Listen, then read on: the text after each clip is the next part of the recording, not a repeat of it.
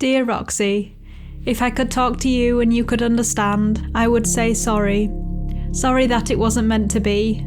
Sorry that you had to go through that surgery. I hoped and even had confidence that you would sail through, just like your sister did. But the vets, the operation, maybe the unfamiliarity of it all, it was just too much.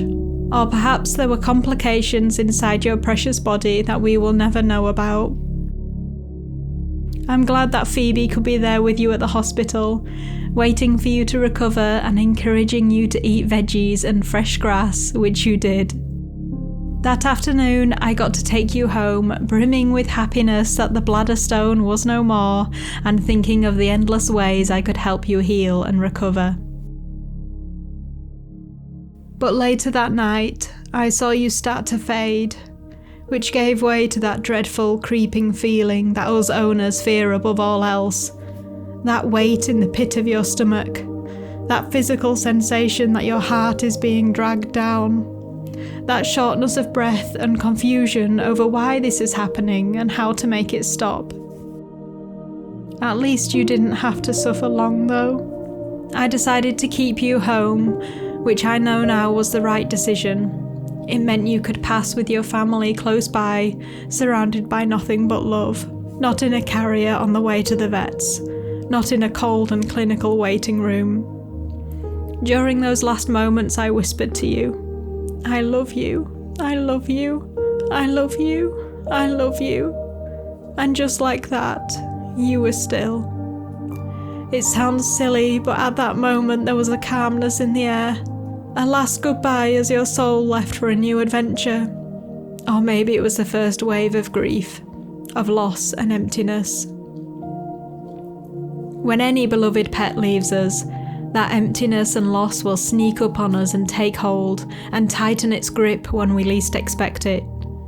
Making coffee in the morning, in the shower, listening to music in the car, and worst of all, in bed at night time. That grief will try to consume you. Yes, let those tears flow and feel that raw emotion that takes your breath away and fills every bit of space in your head. But flip it. Close your eyes, take a breath, and remember your loved companion whole, healthy, and happy. Think back to precious memories and times that will always be special, no matter what. Because whilst there will be no other friend quite like the one you have lost, you are blessed to have spent that time with them. We were very lucky to know Roxy from when she was a very young piggie. At just 10 weeks old, you and your sister came home with us. I remember that day well. I held you for the first time and marvelled at the softness of your beautiful hair and how incredibly long your whiskers were. I remember them telling us that your mother had sadly passed giving birth and that they had to hand-rear you both. You were the greedy one, the one that always stole the syringe away. And that love of food stuck with you. Food was just the best. Pea flakes, lettuce, red peppers, tomatoes, cucumber, coriander, apples, bananas, grass. Don't forget the grass. Your squeak was the loudest I've ever heard, and it made me smile every time. Weeking loudly was your duty for the herd, and you excelled at it. In the early days, you lived with Lyra and Willow, who taught you and your sister to be brave and trust the humans. You were always easily spooked, and you weren't a fan of being taken away from the cage for too long, but that was okay.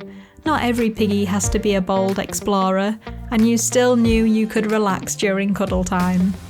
Phoebe encouraged you, as did the wonderful Pedro when he came along. Perhaps it was that shyness which meant you were so well behaved for nail trimming and haircuts, and that you would never bite or nibble. Instead, you would lick affectionately whenever you wanted to tell us something. You were the sweetest of piggies.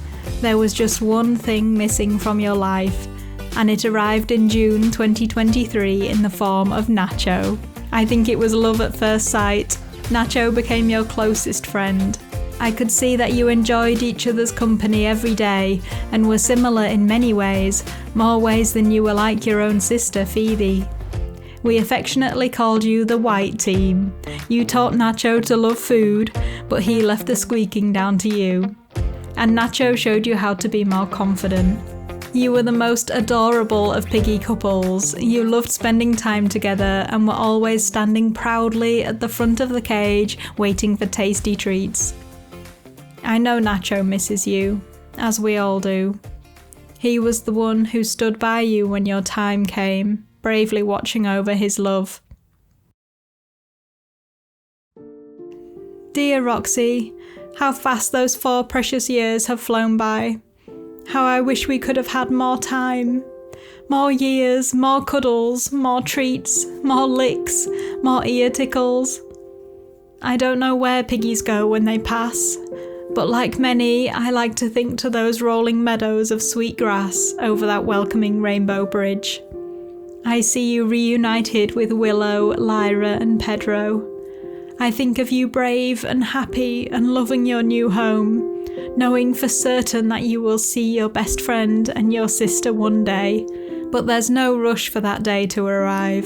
You'll watch on, you'll be proud of us, just as I am proud of you, for helping so many piggy owners across the world provide the best care possible for their lucky guinea pigs. Be happy and be loved, and be at peace, my dear Roxy. We love you now and forevermore.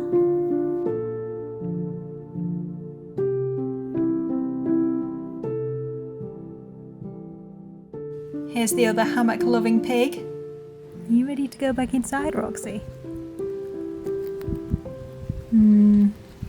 Don't think so. Enjoying the grass too much, aren't we?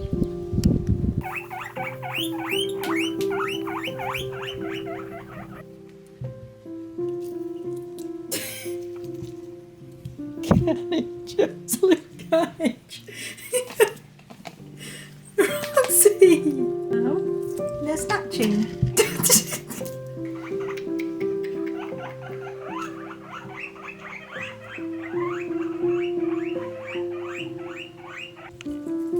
Roxy.